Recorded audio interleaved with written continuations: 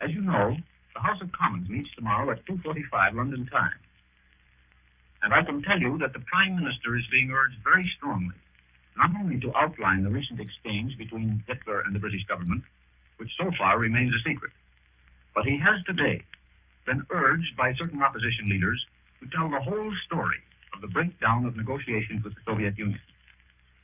If he does tell that story, we shall be in for further surprise.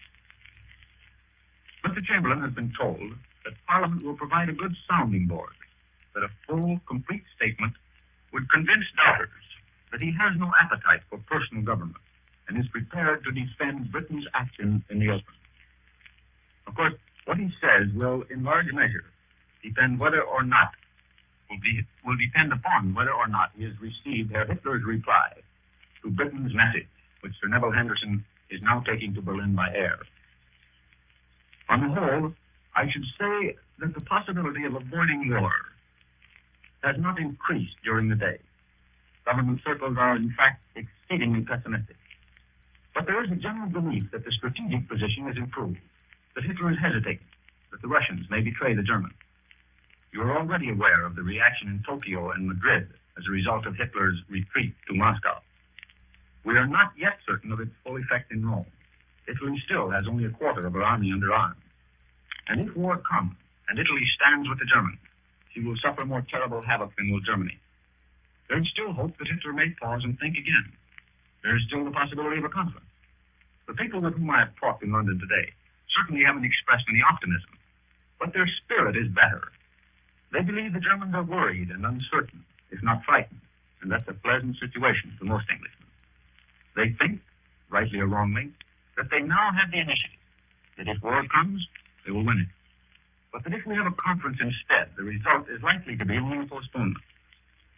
That view is reflected in the Evening News, which says, what can Britain or France do to prevent war at the last moment, unless Herr Hitler takes some steps toward calling off his dogs and agreeing, in the words of President Roosevelt's appeal, to refrain from any positive act of hostility for a reasonable stipulated period. Even if Herr Hitler did so agree, it would but postpone the day of reckoning so long as he is in his present mood, which is that of a wayward child who has never been crossed. So far as I can learn, the Poles have not been subjected to pressure by Britain. No one could truthfully say that the alliance with Poland has ever aroused any popular enthusiasm in Britain. Britishers know very little about Poland. The necessary historic and sentimental ties are missing. But the matter is not now so much one of Poland as it is of Britain's pledged word, and the determination to move in one direction or the other out of this twilight of peace. Hitler has made his demand. Now he pauses. It is difficult to see how any solution is to be reached on Hitler's terms. That is to say, any solution that would provide anything more than a temporary relief. Now the Queen is returning from Scotland tonight, and the two princesses are remaining there. Everything is being prepared for 0 hour. Britain is moving up to the line, and I should be less than truthful if I fail to report that some people see it coming with almost a sense of relief. Those are the people who maintain that the retreat is going on far too long, and that strength and determination are now required. We feel that perhaps war is the only solution, and that the resulting world order will be better than the one we have struggled with for the past 20 years. I don't know, but the decision must be made. The folks here seem to think it will be made during the next 36 hours.